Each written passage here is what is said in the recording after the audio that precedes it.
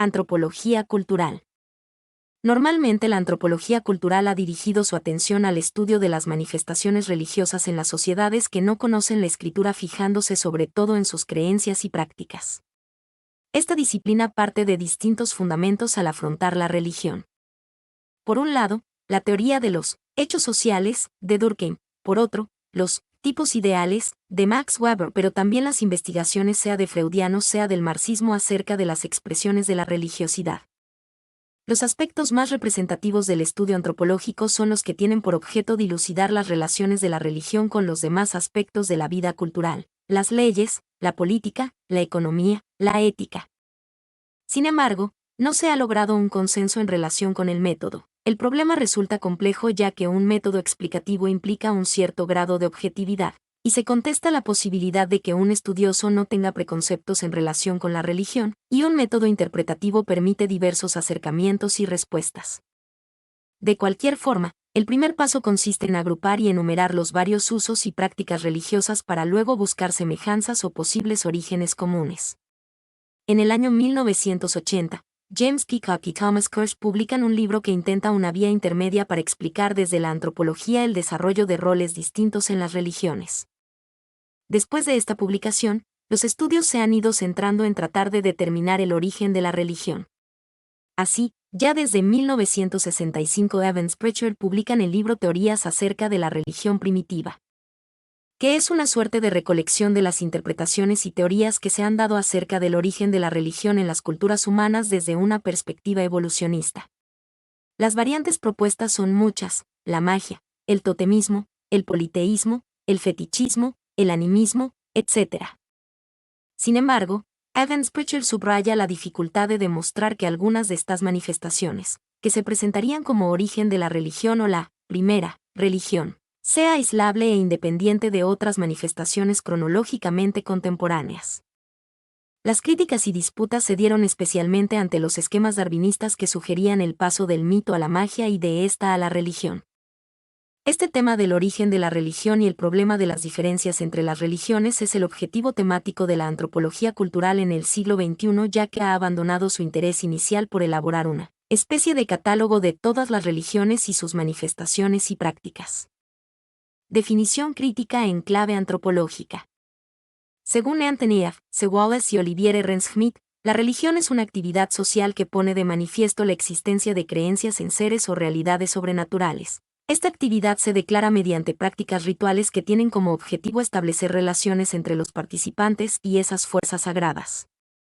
Las creencias tienen como objeto de su fe potencias o seres divinos y trascendentes, y las prácticas rituales que sustantivan esta relación son radicalmente diferentes de otros comportamientos sociales. Son estrictamente formales, estilizadas, repetitivas y estereotipadas, y a diferencia de una representación, los participantes se lo toman con la plena seriedad de tener la creencia de estar haciendo algo performativo. Bronislaw Malinowski advierte que no hay que confundir la religión con la magia.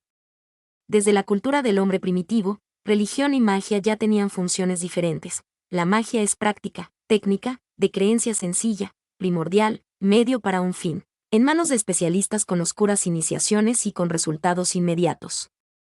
Mientras que la religión no muestra una utilidad directa ni se aprehende con conjuros, el mundo sobrenatural a que hace referencia es complejo e integra la vida futura en una cosmogonía teleológica, es un fin moral en sí. Es un asunto de todos y se concelebra en comunidad y su función última apunta a establecer, fijar e intensificar actitudes que cohesionan a la sociedad.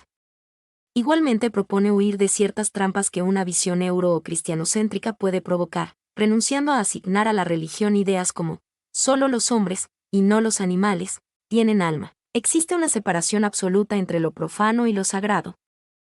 El monoteísmo es el modelo o meta, siendo el politeísmo residual, y también sugieren alejarse, finalmente, de una cierta fenomenología de la religión, que pretende que las religiones no son sino el fenómeno de una esencia incognoscible. Dada la universalidad de su expresión, no se puede hablar de religión, sino de religiones, con una concreción histórica definida. Esta existencia históricamente definida permite hablar de diferentes roles de la religión, desde aquel que permitió al hombre primitivo adaptarse a la aterradora realidad reflexiva que le enfrentó a su propia muerte hasta el de ser herramienta de control social o de creación de comunidad social. o el de actuar como una herramienta de ecología.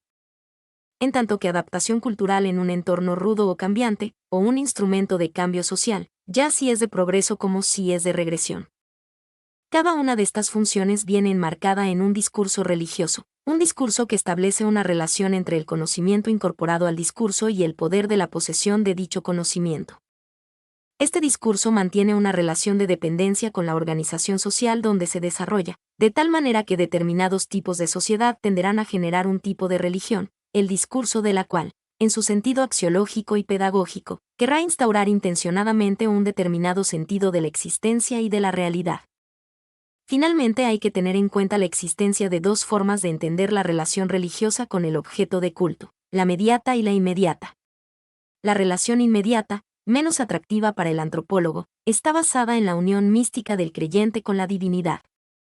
La relación mediata, que es la base de la práctica colectiva y ordinaria, está basada en la existencia de un intermediario. Psicología de la religión. Surge junto con el estudio de las religiones comparadas y con el psicoanálisis. Su método va desde la medida con instrumentos propios de las ciencias exactas, como por ejemplo los estudios de laboratorio propios del siglo XIX, hasta la introspección. Uno de los pioneros de la psicología de la religión fue Wilhelm Wundt, que consideraba 4 etapas de la historia de la conciencia. El elemento unificador de ellas es el combate de la persona por afirmarse en el mundo físico. Se trata de las siguientes: el ritual primitivo, el totemismo, los mitos sobre los héroes y dioses y el humanismo. Por otro lado, Oswald Culpe introdujo otros métodos para estudiar la religión, tales como las entrevistas y los cuestionarios de datos autobiográficos. Así, las dos tendencias de la psicología del siglo XIX, el estudio introspectivo por un lado y el análisis objetivo por otro, se entrelazan también al aplicarse a la religión. En Estados Unidos la psicología nació como disciplina independiente. Stanley Hall creó un equipo de investigación que introdujo métodos empíricos para el estudio de la religión. En 1881 dio cursos sobre la relación entre la pubertad y la conversión religiosa, y en el año 1904 fundó una revista llamada The American Journal of Religious Psychology and Education. Algunos de sus alumnos, como James Loba, se dedicaron de por vida al estudio de la psicología de la religión. En 1899, otro de sus alumnos, de Starbuck, publicó el primer tratado de psicología de la religión, The Psychology of Religion, que trataba las coincidencias en la descripción de la pubertad, de la demencia precoz y la conversión religiosa. Fue una obra controvertida. En el año 1902, William James publicó The Varieties of Religious Experience, donde centra su estudio en la unicidad de las experiencias morales y religiosas a partir de métodos de análisis introspectivo. En ese mismo periodo, Pierre Janet y Sigmund Freud iniciaron sus estudios a partir del subconsciente.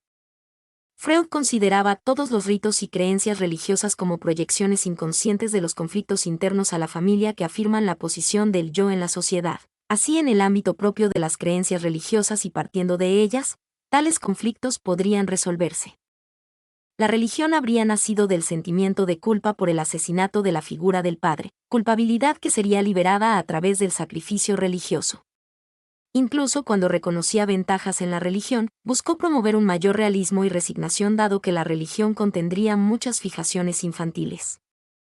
Uno de los alumnos de Freud, Carl Gustav Jung, se ocupó también del tema religioso. Consideraba la religión como una manifestación de un nivel más profundo de la conciencia, o al menos más profundo que el ámbito sexual sostenido por su maestro. A partir de sus estudios sobre la alquimia, llegó a la conclusión que la religión podía ser también una forma de unir consciente con inconsciente en un yo individuado, y confirmar así su teoría de los arquetipos. Siguiendo esos pasos, otro discípulo de Freud, Erik Erikson, desarrolló más la teoría evolutiva de la conciencia, que partiría de la creencia religiosa para unificarse. Incluso cuando las aproximaciones que dependen de Freud y de Jung sean las más influyentes, también se dieron en Europa algunas otras interpretaciones, como por ejemplo la que intentó fundar una psicología de la religión a partir de los instrumentos de la teoría del conocimiento de Kant. Véanse, por ejemplo, los trabajos de Richard Muller Freienfels. Los modernos desarrollos afirman a la psicología de la religión como un ámbito demasiado reciente de estudio, en donde buena parte de lo que se considera experiencia religiosa no puede ser admitido bajo criterios empíricos, a la vez que se contrastan efectos beneficiosos y duraderos para el individuo. por lo que es una disciplina de creciente interés y actividad. Experiencias místicas. En las principales religiones encontramos lo que se suelen llamar experiencias místicas o trascendentes como una base fundacional de la experiencia religiosa. La mística se refiere a conseguir de manera experiencial la identidad, comunión o conciencia plena de la última realidad que presentan las religiones, ya sea una verdad, un estado de conciencia o una o varias deidades. Las experiencias místicas no se atiene al razonamiento lógico y la comprensión intelectual. A un seguidor religioso que esté desarrollando esta faceta de su religión se le llama místico. En la mística, por tanto, prima la introspección respecto a la extraversión, y en ella se establece una relación de carácter más directo y personal entre el individuo y su religión. Históricamente, en algunas religiones determinadas, la mística es la primera fuente de autoridad en las diversas interpretaciones. En las principales religiones se suelen distinguir escuelas, tradiciones o movimientos místicos. Aunque en principio la mayoría de religiones son doctrinalmente facilitadoras de estas experiencias místicas, también a menudo las organizaciones religiosas no las han tolerado, considerándose un contrapoder a la hora de interpretar los significados religiosos en sociedad.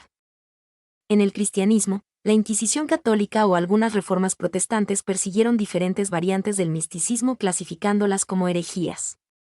En el islamismo, el sufismo ha experimentado dificultades tras la Gran Reforma.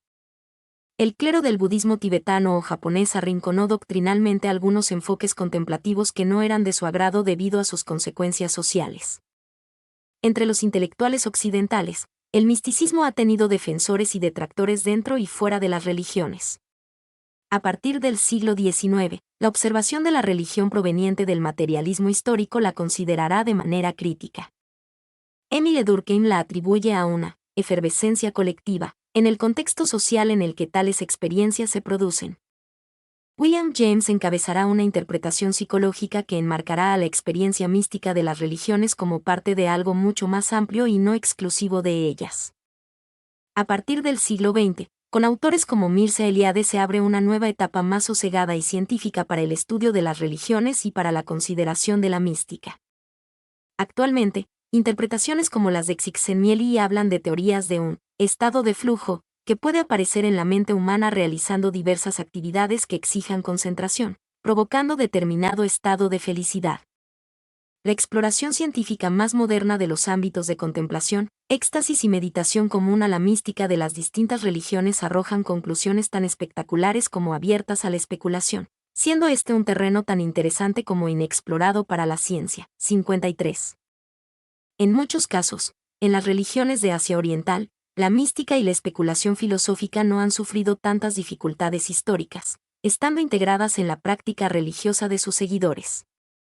En la actualidad los teólogos del cristianismo están divididos, unos apuestan por dar más énfasis a la mística, mientras otros abogan por separar la mística de la ciencia, diferenciando la experiencia de la fe de los hechos históricos. 55. En el islamismo, el sufismo gana adeptos con rapidez tanto en Europa como en los países islámicos. Mi nombre es Demim. Soy tu asistente personal. Mi sitio en internet es demim.es.tl